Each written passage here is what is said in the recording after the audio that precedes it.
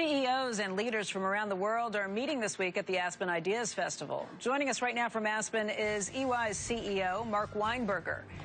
Mark met earlier this week with India's Prime Minister Modi. And Mark, thanks for being here today.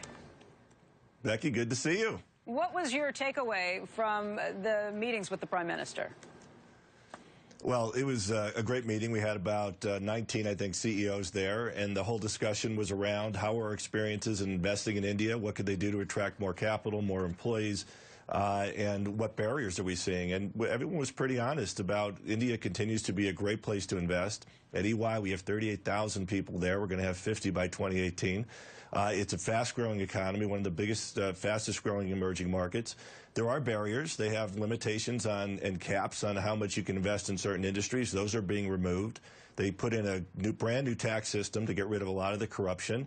How that's going to be implemented, it comes in place July 1. A lot of discussion around that. So really good discussion about what can they do better to attract business to India.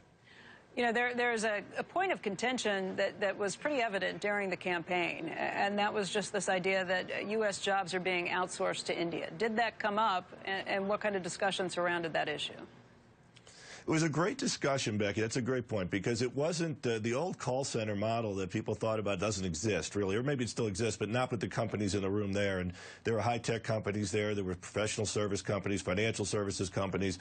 Our model, you know, we have 250,000 people around the world. We serve 220,000 people around the world.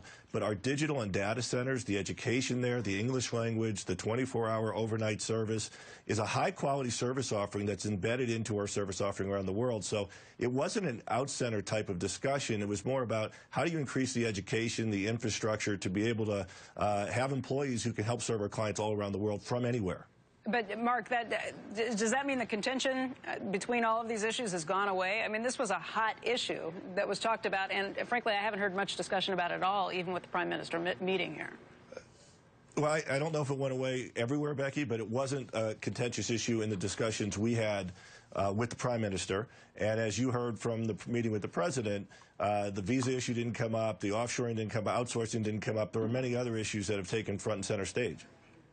Is this a sign, Mark, that the fact that the tone was more positive, a sign of how positive people are on India's future, perhaps more so than China's future? Because you've sat in on lots of meetings with the President. He's been very critical of various countries with which the U.S. has a trade deficit with, whether it's Germany or China, but the tone pretty positive throughout with India. It has been. I mean, India growing 7%, the amount of people they have there, the increased opportunities for our companies who are putting more and more money there. We do a survey every year, and we ask people, our clients and others, where they want to invest. India is always near at the top of the list. So it really is a great opportunity for U.S. businesses to be able to sell our products overseas, as an example.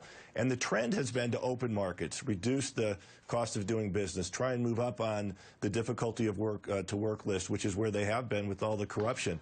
They've taken some major steps under Prime Minister Modi, from changing the currency to going ahead and opening and digitizing the country so that everybody is put on a system where they're going to have bank accounts, to reducing the barriers and limitations to investment. With China, I think what you've seen and heard is they are also a tremendous trading partner, obviously a much bigger trading partner. But till they have this 19th Communist Congress in November, a lot of the reforms have been slowed down, and opening up the market has been put behind in order to have this so-called election in November there. And after that, we hope the reforms will continue to open up the China market.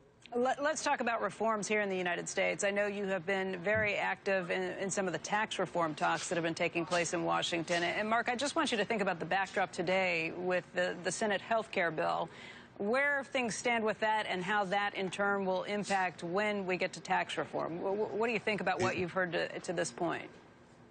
Becky, that's the right question. I've been on here, as you know, many times. I've talked about the 4 Ps. It's got to be a high priority. You got to figure out the policy. You got to work through the politics, and then you have to have a process to get anything done in Washington. What you're seeing is the health care bill is getting held up on the politics. They had a process. They used the FY17 budget resolution. They have a policy they put out there. It has been the #1 priority, and it's being stuck on the politics. The issue for tax reform is they are working really hard behind the scenes. We had a business roundtable meeting just a couple weeks ago. The Speaker of the House was there. I interviewed the Secretary in front of the group. They are working behind the scenes, House, Senate, and the administration to come out with a plan in September, October. So they're working on the policy. It is clearly the NAM speech that the Speaker of the House gave recently made it clear it's a high priority for the members of Congress. The politics have to play out yet, and the process. The real issue is health care is the budget resolution for FY17. If they're going to use reconciliation to get the tax bill through, they either have to come up with a whole new budget resolution, FY18 resolution, which is going to be very difficult to do the tax bill in, or if health care fails, they can use the FY17. That's the real issue to keep your eye on. So you're out there and you're going to host a panel about how difficult it is for businesses to make long-term decisions. Does this all feed into that? I mean, E&Y, of course, has its finger on the pulse across many industries, talking to many businesses constantly. What are you seeing?